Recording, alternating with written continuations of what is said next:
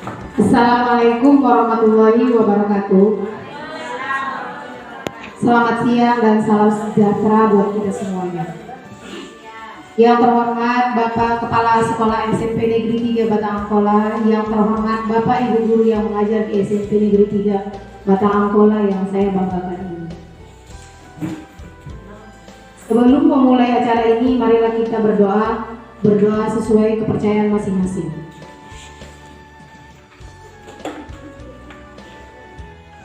Berdoa selesai. Sebelum memulai acara IHT, salah satu guru kita akan mendefinisikan budaya positif yang ada di sekolah kita ini kepada Ibu Luciana Simamora SPD. Dipersilakan.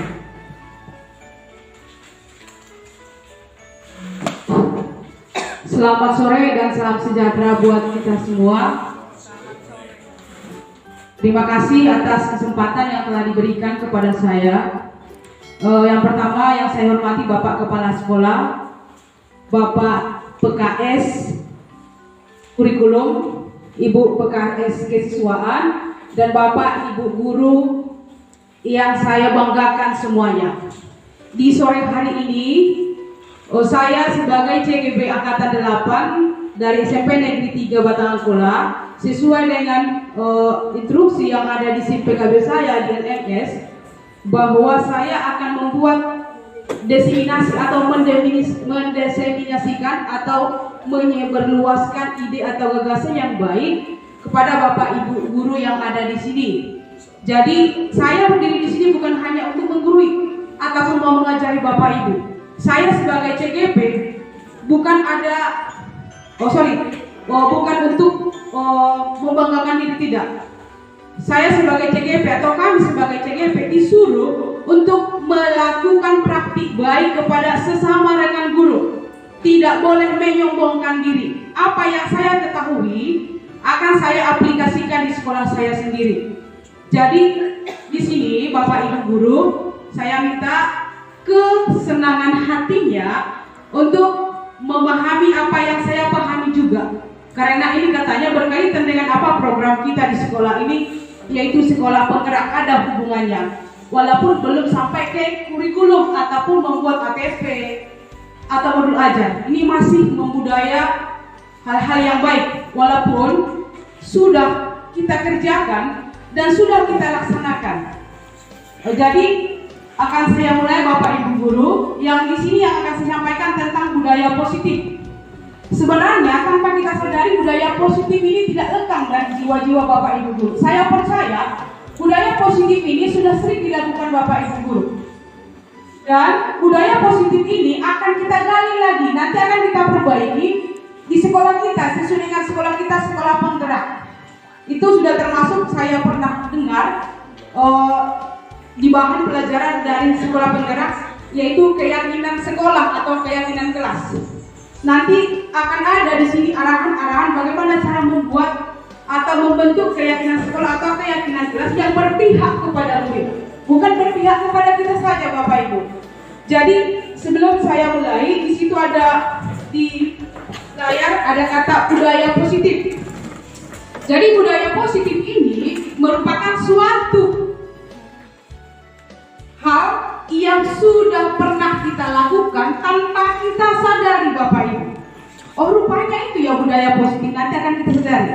Contoh budaya positif yang kita lakukan adalah mengajari anak didik kita berdoa sebelum belajar. Itu udah budaya itu. Bukan hanya sekali atau dua kali kita lakukan Bapak Ibu di kelas kan? Yakin saya Bapak Ibu Guru pasti mengajari diri kita silakan berdoa beragama kepercayaan masing-masing. Termasuk satu budaya positif yang lain yang sudah turun-temurun dari tahun ajaran yang lewat sampai sekarang adalah ini kegiatan gotong royong, termasuk lagi budaya positif. Dan sekarang akan kita perhatikan sebenarnya budaya positif itu apa sih?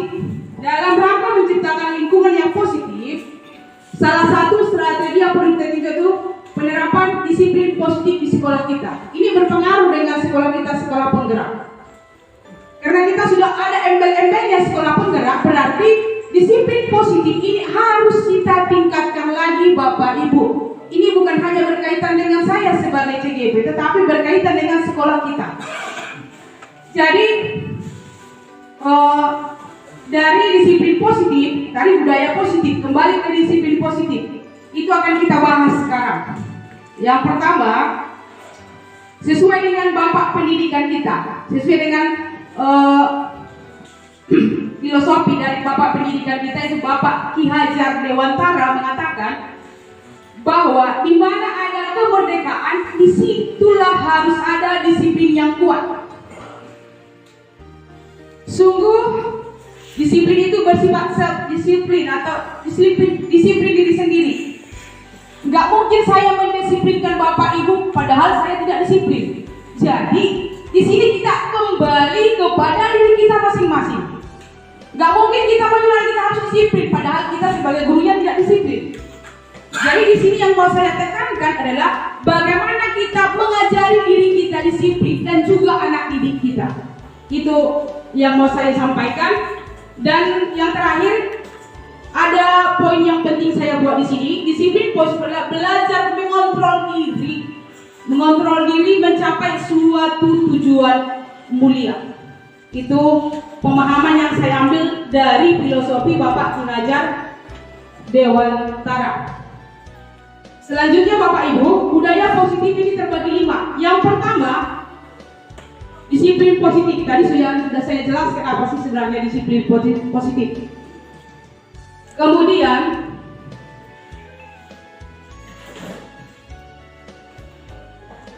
di sini disiplin positif itu adalah pendekatan disiplin yang mengajarkan tanggung jawab kepada anak-anak untuk mengembangkan kesadaran diri berdasarkan nilai-nilai kebajikan. Nilai-nilai kebajikan berarti nilai-nilai yang baik yang sesuai dengan Profela atau profil belajar Pancasila. Ada 6 dimensi. Nanti akan kita bahas apa hubungannya ke Profela tersebut. Dengan disiplin positif ini kita istilahnya mendorong siswa dapat memahami dan menyadari tindakan mereka berdasarkan motivasi internal. Motivasi internal berarti motivasi yang timbul dalam dirinya sendiri, bukan dorongan dari orang lain. Nanti akan kita bahas sebenarnya kenapa sih harus ada disiplin positif.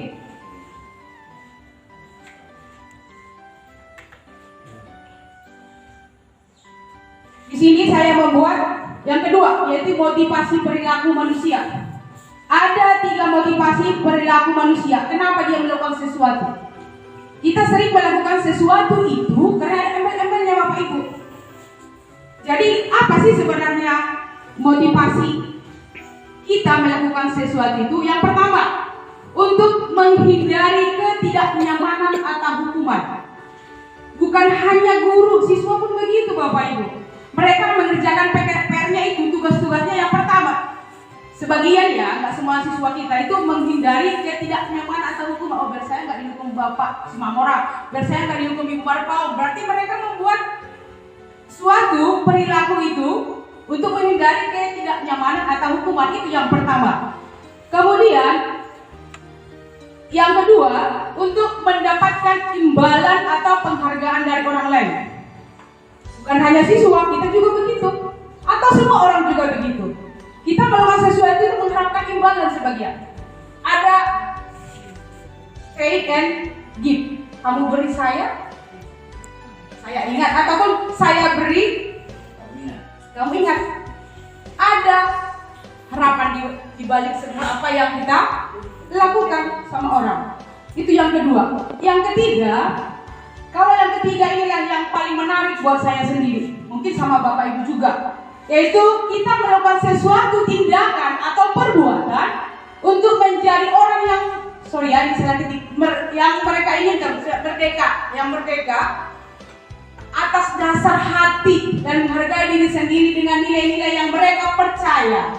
Misalnya ketika di Bapak, maaf, kita melakukan sesuatu itu dari hati yang kita inginkan dan menghargai diri sendiri. Berarti kita dituntut menghargai diri kita sendiri.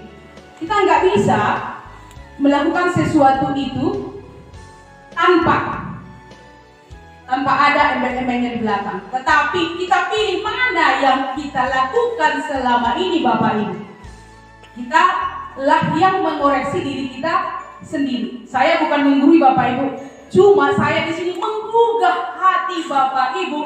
Apa yang kita lakukan selama ini? Atas dasar apa? Apakah nomor 1, nomor 2, atau nomor 3? Tapi yakin saya, Bapak Ibu guru di sini melakukan itu semua atas dasar nomor 3. Kemudian selanjutnya di sini ada posisi kontrol guru. Ini juga sangat menarik dibahas Bapak Ibu. Posisi kontrol guru ini berkaitan dengan apa yang kita lakukan dengan siswa kita. Kita sering memberi sanksi, hukuman, atau konsekuensi kepada siswa kita tanpa kita sadari apakah itu mendorong dia untuk berubah, mendorong dia untuk melakukan sesuatu yang lebih baik. Kita tanya hati kita Bapak Ibu. Jadi di sini menurut Diane Goshen dalam bukunya mengatakan bahwa guru perlu meninjau kembali penerapan disiplin di dalam ruang kelas mereka selama ini.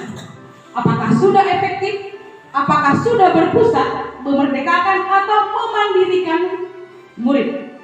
Bagaimana dan mengapa? Jadi melalui serangkaian riset yang pernah dilakukan oleh William Glasser dan Diana Goshen mengatakan 5 posisi kontrol guru yang sering kita lakukan. Apa saja Bapak Ibu? Sekarang akan kita perhatikan. Di antara yang 5 itu, yang pertama adalah posisi kontrol guru sebagai penghukum. Saya yakin kalau posisi kontrol guru sebagai penghukum, jangankan ibu, saya juga pernah. Saya kadang jengkel dengan siswa tanpa sadar. Kadang saya membuat atau melaksanakan posisi kontrol sebagai penghukum, walaupun tidak secara fisik. Saya kadang melakukan secara verbal melalui apa yang saya ucapkan Bapak Ibu, yang membuat hati siswa saya merasa sakit hati atau merasa kecewa dengan apa yang keluar dari mulut saya sendiri. Jadi di situ seorang guru sebagai penghukum bisa menggunakan hukuman fisik atau verbal. Guru menjalankan posisi penghukum mengatakan bahwa sekolah memerlukan sistem atau alat yang dapat lebih menekan murid lebih dalam lagi. Ini sifat gurunya bagaimana? Guru yang seperti ini adalah senantiasa percaya hanya ada satu cara agar pembelajaran berhasil, yaitu dengan cara dia sendiri, tanpa melakukan pendekatan kepada murid. Contoh-contoh yang kalimat yang kita sering ucapkan kepada siswa adalah patuhi aturan saya. Kita sering kan Bapak Ibu ngomong seperti itu tanpa kita sadari. Kemudian, kamu ini selalu aja salah. Kemudian, pasti selalu terakhir selesai. Kadang itu membuat mental siswa kita down. Ternyata setelah kita pahami, oh bukan begitu ya. Dan yang terakhir, kamu.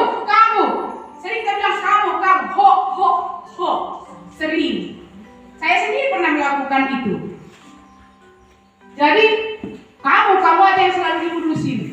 Sering ya Bapak, itu adalah contoh kalimat yang sering kita sampaikan ketika posisi kita sebagai penghukum. Kemudian yang kedua, yaitu posisi kontrol sebagai membuat merasa bersalah. Kalau ini lembut sekali ngomongnya.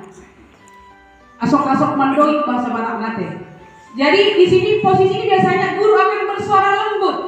Guru menggunakan keheningan yang membuat orang merasa tidak nyaman, merasa bersalah dan rendah diri.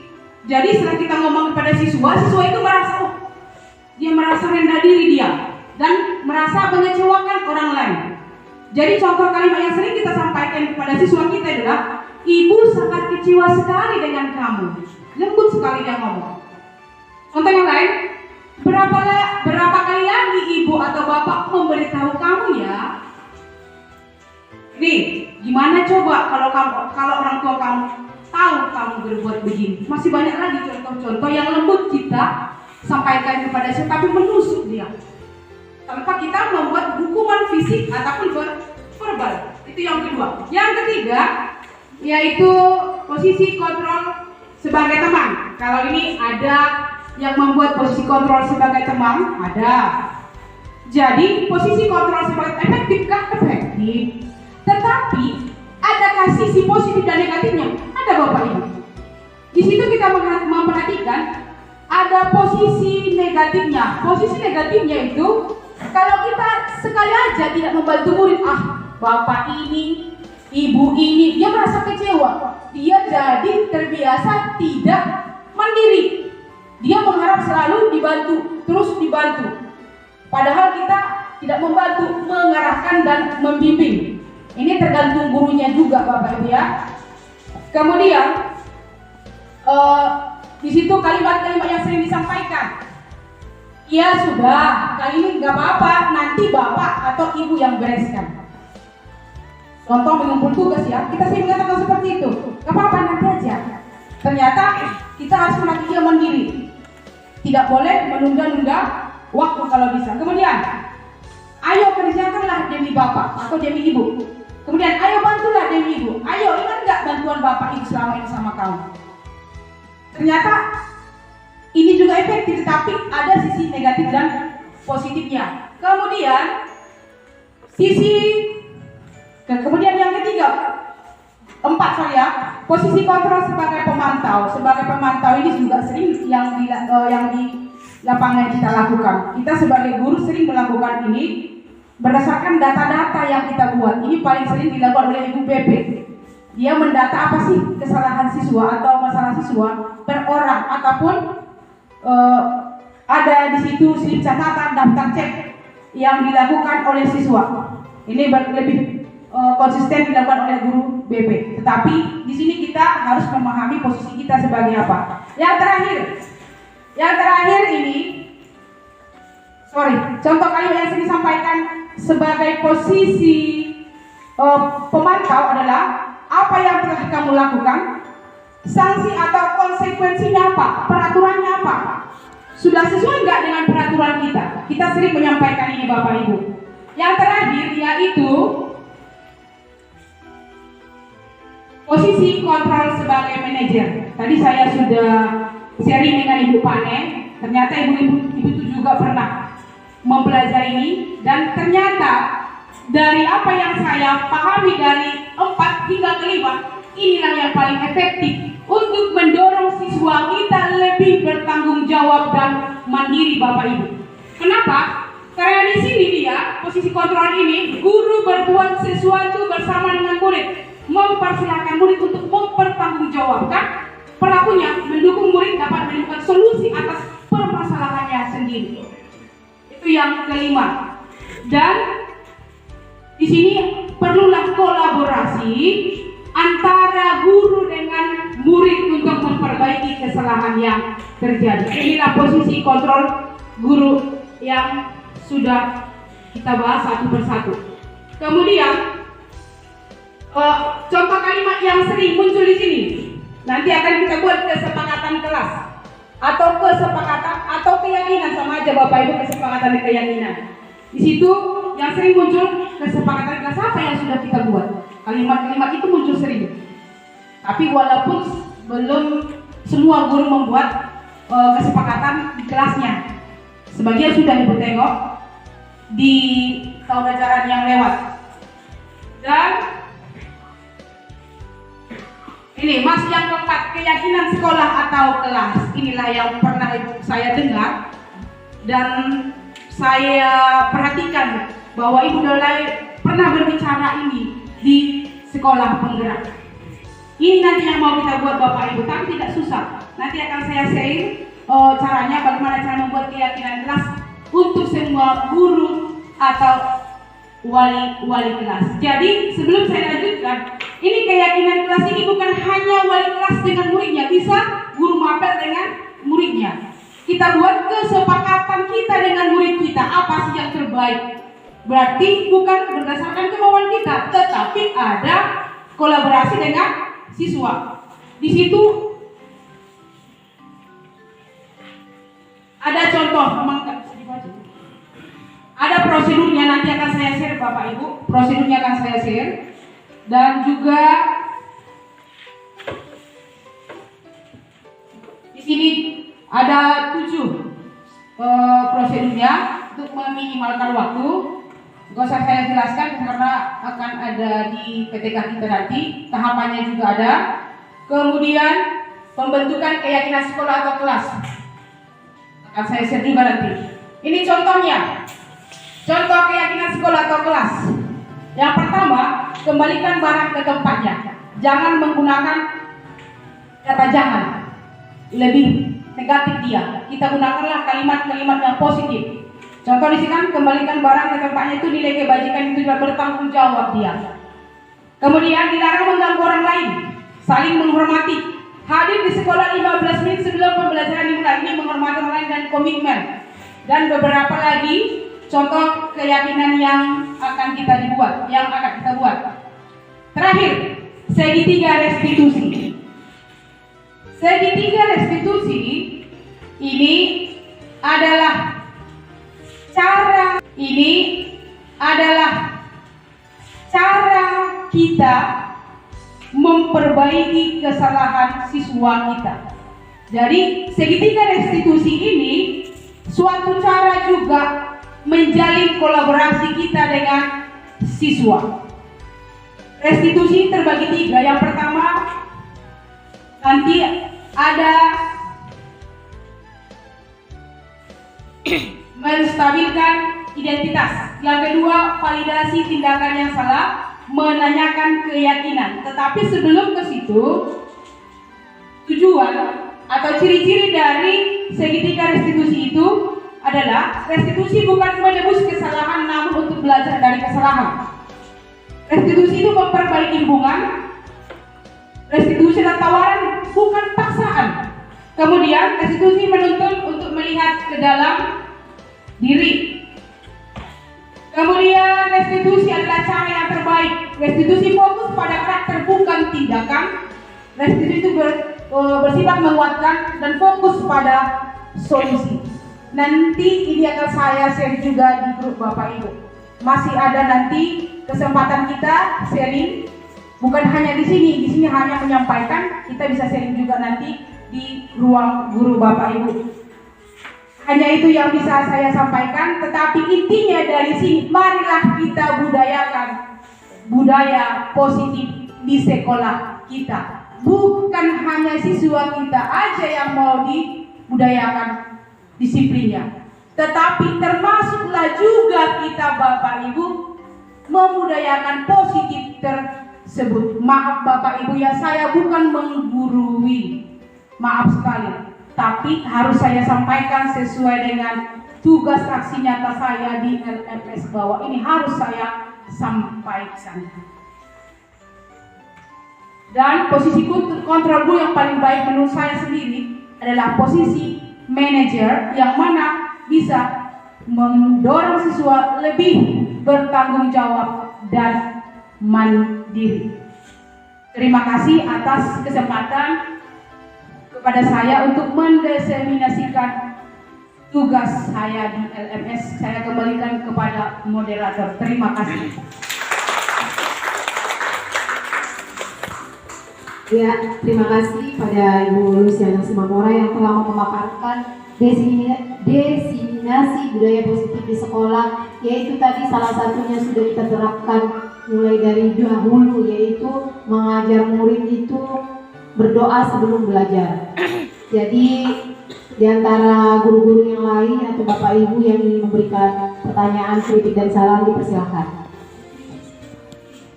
Ya, kepada Ibu Nababa dipersilakan.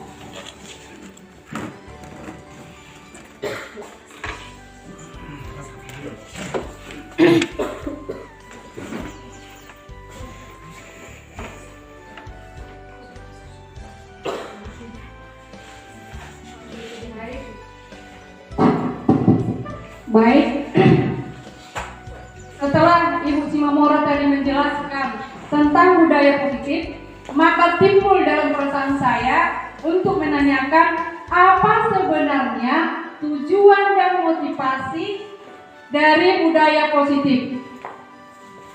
Silahkan Ibu jawab, Bu Simamora. Terima kasih.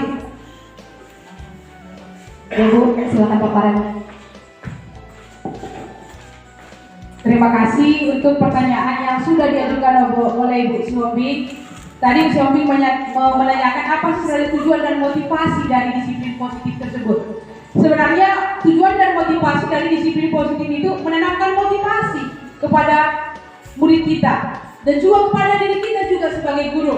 Di situ kita mendorong siswa menghargai diri sendiri dengan nilai yang mereka percaya sebagai kebajikan dia.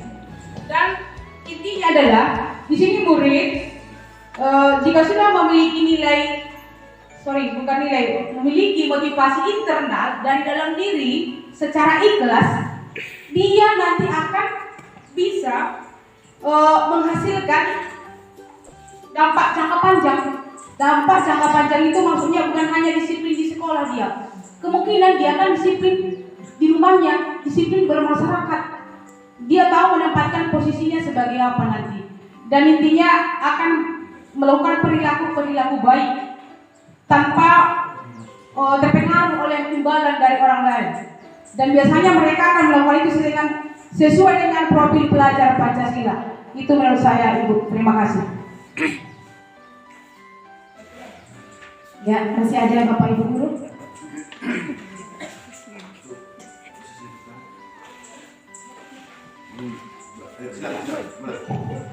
Ya, pada Ibu Marpawi dipersilahkan.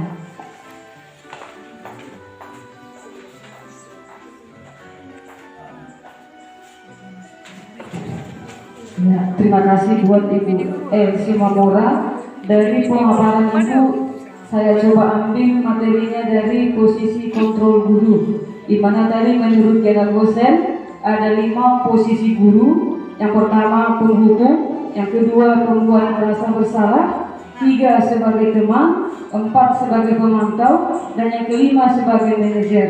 Yang mau saya tanyakan Ibu Elsie Mamora, menurut Ibu dari 5 posisi kontrol guru tadi, mana posisi yang paling tepat yang kita aplikasikan atau kita lakukan ketika proses belajar mengajar di kelas itu berlangsung? Terima kasih. Oke, terima kasih Bu Marpawi, pertanyaannya sangat menarik sekali. Tadi sudah akan dijelaskan 5 posisi kontrol guru. Tanpa kita sadari, tadi sudah saya bilang, sudah sering kita lakukan. Yang 5 tersebut, ada penghukum, ada pembuat merasa bersalah, pemantau sebagai teman, dan terakhir sebagai manajer. Tapi yang paling baik kita lakukan posisi kontrol guru sebagai manajer. Kita ajak dia berkolaborasi, menuntaskan masalahnya sendiri. Kita nggak menghukum dia, ajak dia berbicara. Karena itu akan mendorong dia lebih mandiri dan bertanggung jawab. Dan untuk kata-kata ataupun nanti materinya akan saya share juga di grup Bapak Ibu. Terima kasih.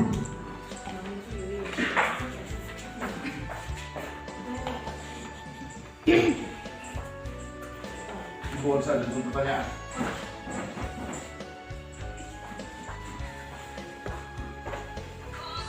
Terima kasih atas kesempatan ini kepada Gus Mamora yang sudah memaparkan saya dan disiplin positif tadinya. Jadi kami sebagai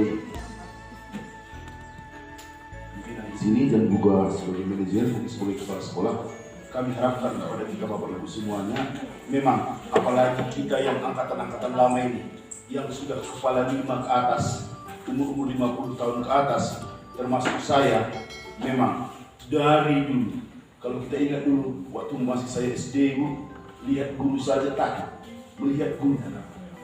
Kalau ada guru kita mau kres, mau jumpa, kita pasti lari. Kami di kampung kami kalau ada pancur, kalau sudah ke pancur, guru murid tak akan berani lagi. Kedai guru tidak akan berani lagi di situ. Berarti di situ bisa kita katakan guru yang ditakuti. Orang yang ditakuti adalah seorang penghukum, karena kita takut dihukum. Maka marilah kita Bapak Ibu, janganlah kita menjadi seorang guru yang ditakuti. Kita bukan hanya sebagai penghukum, karena memang semua perlu kita rasakan, tapi yang paling dominan menurut kami adalah selama ini kita guru sebagai penghukum yang ingin mengikuti niat atau kehendak kita. Tapi sekarang ini di kurikulum Merdeka, semuanya berpusat kepada murid, berpusat kepada siswa. Marilah kita sebagai manajer yang baik untuk memperhatikan keperluan siswa kita dalam pembelajaran setiap hari. Itu yang bisa kami sampaikan di semua orang sebagai bimbingan dan arahan dari kami. Sekian dan terima kasih.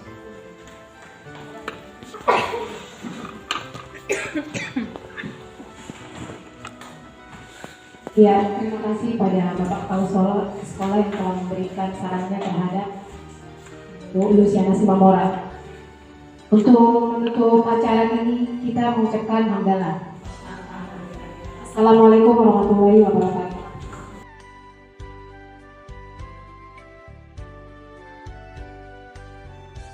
Candana. Selamat pagi anak-anak ibu. Gimana kabarnya pagi ini? Baik. Oke. Sama ibu juga sehat. Jadi sebelum memulai kegiatan kita untuk les berikutnya, sekarang kita buat dulu kesepakatan kelas kita atau keyakinan kelas kita untuk kebaikan kelas kita juga. Jadi, karena kita sudah pernah membuat keyakinan kelas di kelas 7 dan kelas 8, sekarang akan kita buat juga keyakinan kelas, tapi kita harus lupakan dulu. Keyakinan kelas yang kita buat ini tujuannya sama dengan yang kelas 7 dan kelas 8 dulu. Mendidik kamu menjadi anak yang mandiri dan bertanggung jawab. Sudah kita ambil hasilnya. Kamu dulu di kelas 8, di kelas 7 jadi orang yang mandiri tanpa harus diberi semua, dibilangin semua. Tahu dia apa pekerjaannya. Jadi kesepakatan kelas yang kita buat ini adalah kesepakatan kita bersama, bukan hanya menurut ibu, tapi menurut kalian apa yang terbaik untuk kita bersama. Jadi nanti untuk kesempatan kelas ini akan ibu kasih satu stick note, satu per orang, ya. Jadi nanti di stick note inilah kau tuliskan apa keyakinan kelas yang harus kita pertahankan yang baik mulai dari kelas 7 dan kelas 8, karena kalian kan sekarang sudah kelas 9. Pantaskah itu kita pertahankan? Ya kalau baik ya pantas. Kalau tidak baik, sekarang kita berembuk dia mana yang mau kita pertahankan, mana lagi kelas yang mau kita buat yang baik. Sudah paham anak ibu kan?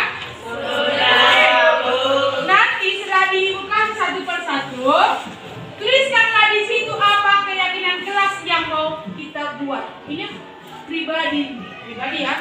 Jadi ada nilai kebajikan yang bisa kita ambil seperti kejujuran, sopan santun, saling menghargai, disiplin, menghormati.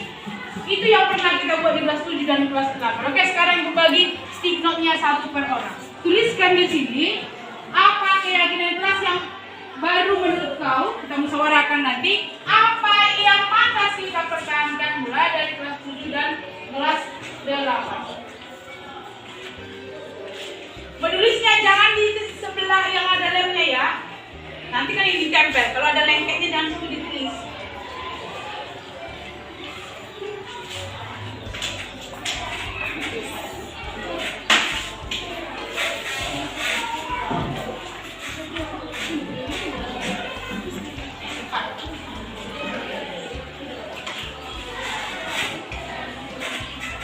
Mau dia rawat dulu stick note yang mana yang ada lemnya. Kalau ada lemnya jangan sebelah situ ditulis.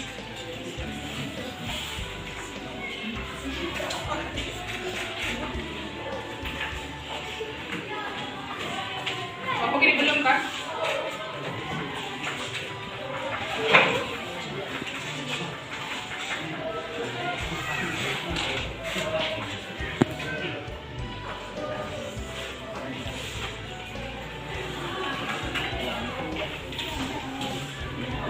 Sekarang anak ibu silakan tulis apa keyakinan kelas yang baru kita buat atau yang bisa dipertahankan dari kelas 7 dan kelas 8. Kan sudah tahu apa itu nilai-nilai keyakinan kelas dan nilai-nilai kebajikan.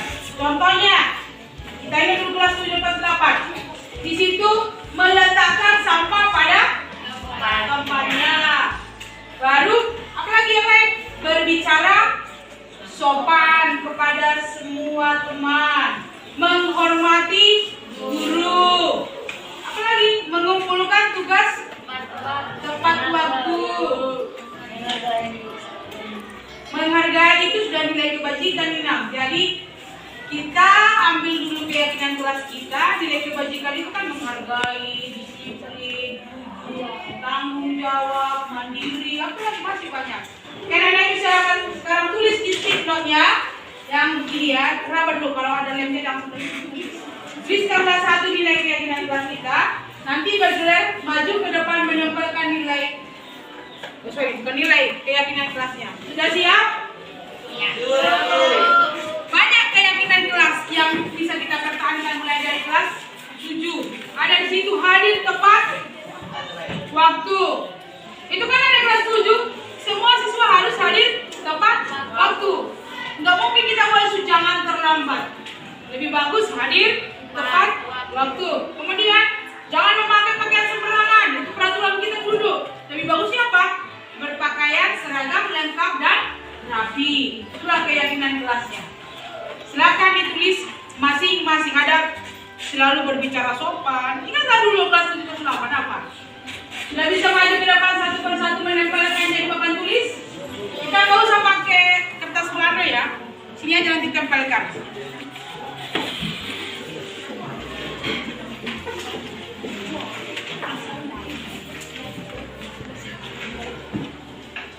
Banyak hal yang kita ingat di kelas 7, kelas 8. Apa keyakinan kelas yang bisa kita pertahankan? Atau ada hal yang baru, silakan ditulis di situ.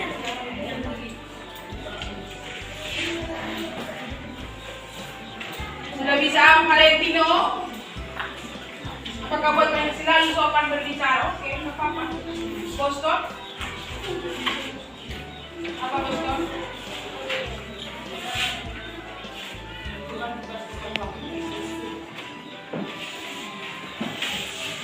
Pulang sesuai waktunya. Berarti kan itu jangan bolos kan? Pulang sesuai berarti jangan bolos. Mendidik apa? Apa nilai kebajikan di situ? Disiplin.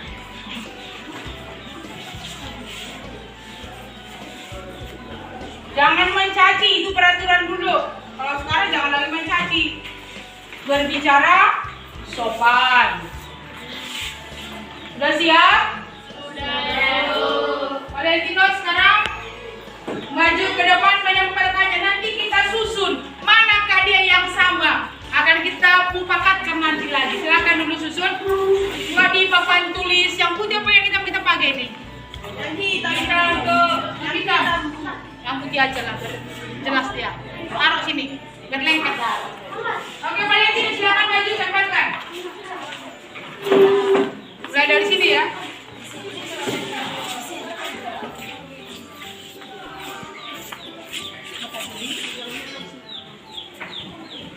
Oke, lanjut. Si Valentino buat selalu berbicara sopan atau selalu sopan berbicara. Oke, nggak apa-apa. Kedua si Boston, apa yang kedua? Berbicara sopan kepada teman. Oke, ini hampir sama. Nanti kalau sama kita katakan dia. Berikutnya Jonathan.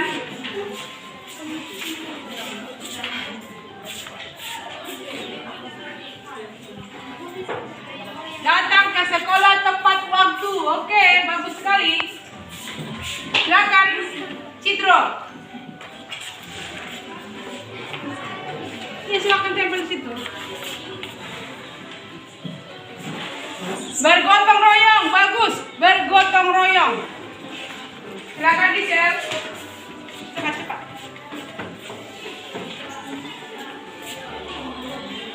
Selalu rapi dalam berpakaian. Oke. Berpakaian rapi itu maksudnya. Siana mengumpulkan tugas tepat waktu. Ini mulai dari kelas 7 ya dipertahankan. Bagus sekali. Mengumpulkan tugas pada waktunya atau tepat waktunya. Oke, lanjut. Oke, lanjut. Apa kau benang situ? Selalu berpakaian yang rapi. Oke. Berpakaian rapi. Betul sekali. Lanjut.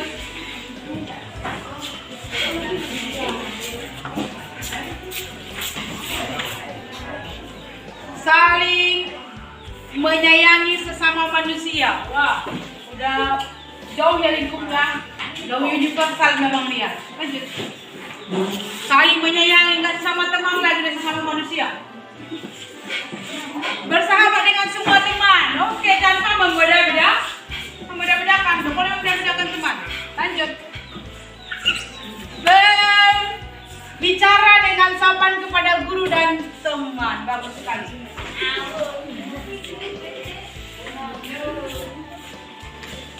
Dewi buat apa? Datang tepat waktu. Good.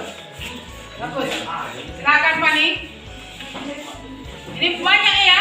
Banyak sekali pendapat dari anak ini, bagus sekali.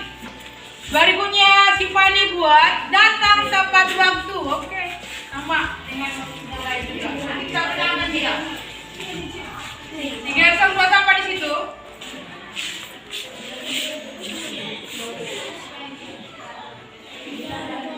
Selalu berbicara sopan. Betul sekali. Next.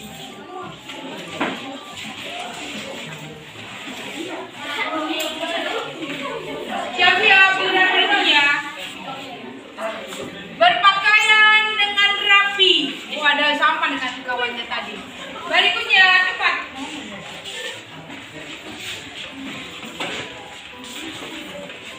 Buat apa tadi? Pulanglah sesuai waktunya. Berarti ini peraturan dulu dilarang bolos. Silakan si apa namanya itu? Paris. Oh, bilang nama bagus kan? Paris.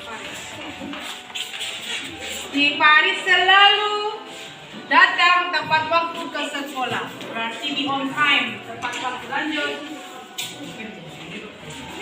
Taruh ke bawah sebelah sana. Taruh di situ. Selalu berpakaian rapi. Oke, good. Berikutnya.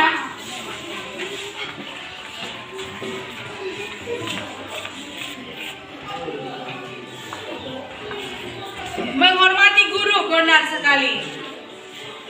Lanjut. Di Wahyudi.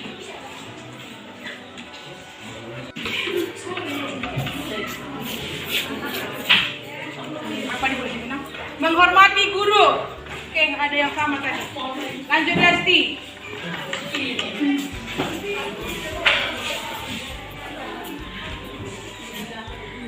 Dilarang membuli. Berarti ini saling menghormati dan berbicara sopan.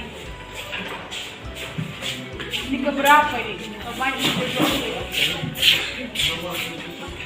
Dilarang merokok selagi di area sekolah. Benar sekali, jangan ada yang merokok di area sekolah. Lanjut.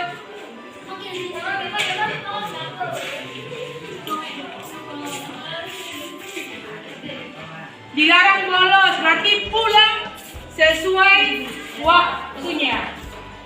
Cepat si Erik.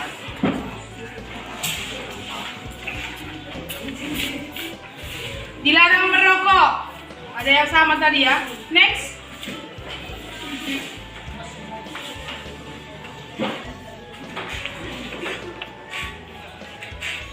Datang ke sekolah tepat waktu, beyond time. Oke, good. Yang lain. Lanjut. Berapa orang lagi? 3 ya. Mirjal. Apa Bu Mirjal? Selalu sopan berbicara pada guru.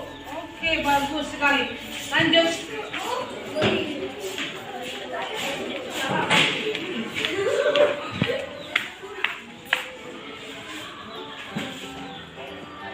Selalu sopan pada guru atau teman. Yang terakhir. Oh ya, 31 orang ya. 32. Tapi satu terakhir. Dari 29.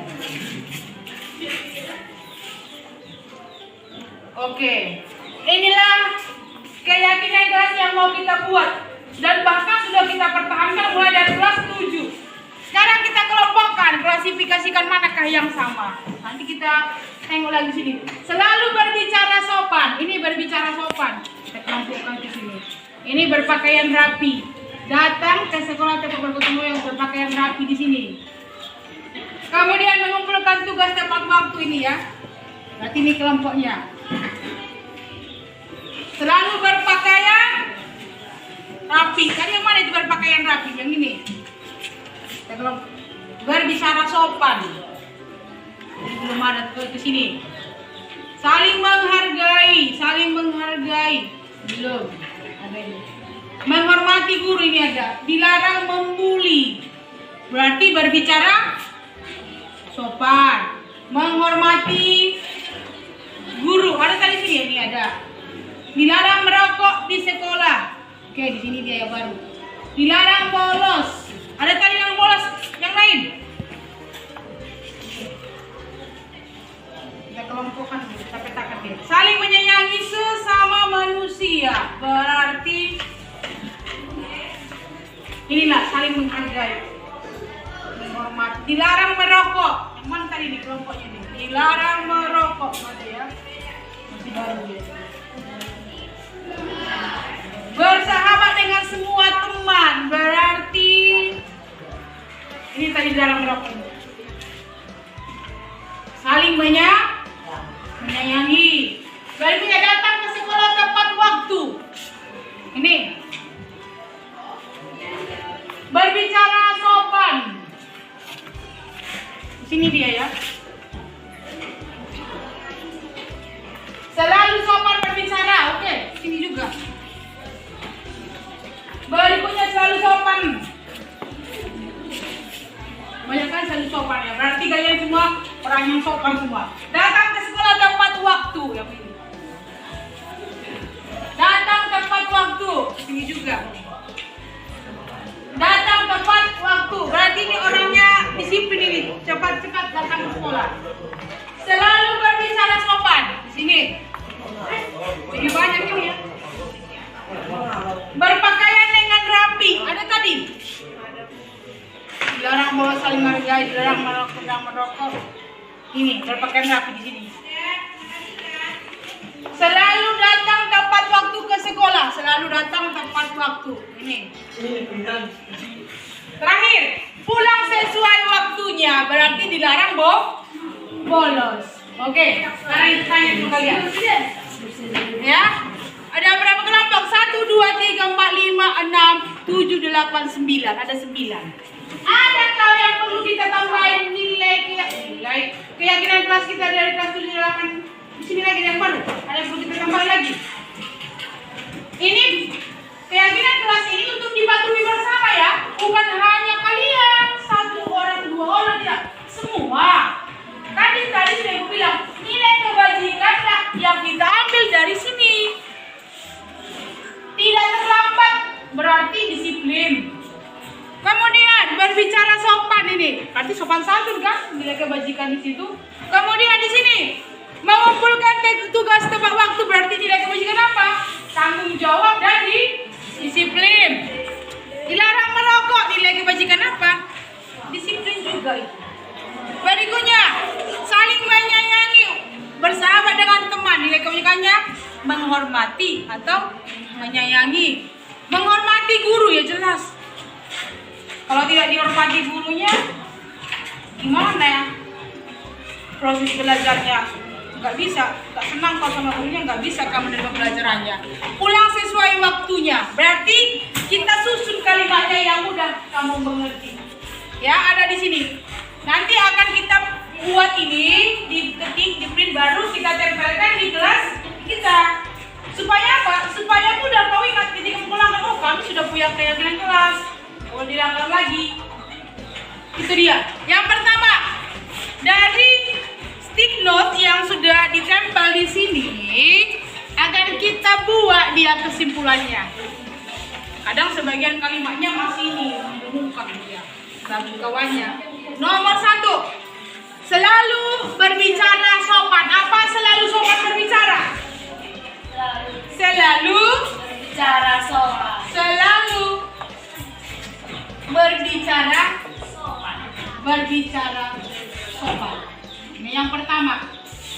keyakinan kelas kita. Berarti kan selalu berbicara sopan. Nilai kebajikan yang bisa kita ambil siapa? Sopan, santun. Berikutnya, selalu berpakaian rapi. Paskah itu kita buat atau berpakaian dengan rapi? Selalu berpakaian rapi. Apa ya? Ini tempat kapital semua. Nanti kita ketikkan. Berikutnya di sini, datang ke sekolah tepat waktu atau datang tepat waktu atau selalu datang tepat waktu ke sekolah. Kalimatnya sudah keluar. Siapa yang pantas kita buat? Selalu datang tepat waktu atau datang tepat waktu. Coba lagi ke sekolah. Sudah jelas karena ini keyakinan kelas. Sudah jelas kita ke tempat waktu dalam ribet ke sekolah. Sudah panjang dia. Keempat, di sini bergotong royong. Itu nilai kebajikan langsung di bergotong royong. Ya. Mengumpulkan tugas tepat waktu. Ini ada yang mau dirubah kalimatnya. Saya rasa atau ibu rasa? Gak usah ya. Langsung aja. Nomor 4, mengumpulkan tugas tepat waktu. Berikutnya nomor 5, apalagi yang kita ambil di sini, dilarang merokok. Sudah jelas di sekolah manapun tidak ada yang memperbolehkan muridnya merokok. Ini nggak apa-apa, kita pakai kata dilarang. Dilarang merokok. Ataupun dalam hal yang paling negatif ya dilarang menggunakan narkoba. Kita buat aja di sini garis miring narkoba. 6, saling menghargai satu sama lain, saling menyayangi satu. Ini udah nilai kebajikan. Berarti bersahabat tanpa membedakan. Bersahabat tanpa membedakan. Tadi sudah ibu bilang, bahkan sering dibilang ya ketika kita interaksi di pagi hari, janganlah membeda-bedakan kawanmu dari segi apapun, agama, ras, etnik, suku atau yang lain, tidak boleh. Bersahabat tanpa membedakan. Apalagi yang bisa kita pertahankan? Menghormati guru, betul sekali. Tapi sebenarnya ini menghormati udah langsung ini. Menghormati guru. Perlu kita buat lagi nih? Perlu lagi kita buat menghormati guru? Atau ini kan sudah dipertahankan dari dulu. Udah dari kelas 7 sudah menghormati guru. Gak apa-apa, kita hilangkan ini ya. Atau kita buat lagi? Kita hilangkan aja. Udah dari dulu ibu tengok dan ibu sudah menghormati guru. Ke-7, dilarang bolos. Berarti pulang sesuai waktunya. Oke, ada lagi yang kurang menurut ibu? Kalian kan kalau kebersihan biasanya pakai sapu, pakai ember, pengapelan. Ketika sudah selesai piket, semua peralatan dibiarkan aja gitu. Ini harus diingat ya. Maka perlu kita buat keyakinan kelas kita apa? Mengembalikan atau meletakkan barang atau peralatan pada tempatnya. Ini perlu sekali. Dan enggak terbiasa bertebaran. Kalau sudah dipikir sembarangan diletakkan. Inilah dia keyakinan kelas yang sudah kita buat. Atau ada lagi yang perlu kita ubah di sini? Ada lagi? Ini aja yang kita pertahankan lagi. Yang menurut ibu di sini yang tambah adalah dilarang merokok atau memakai narkoba. Ini belum jarang ini di sekolah kita karena memang kita dijarang merokok.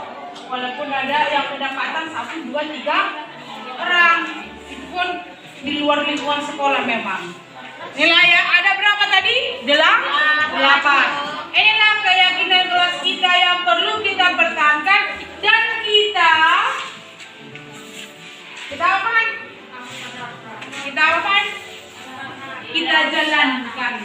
dijalankanlah semua warga kelas 9 1 tanpa terkecuali. Tidak ada pembeda-beda, sama semua. Harus dijalankan. Nanti akan kita ketik lagi, baru kita tempel di kelas kita.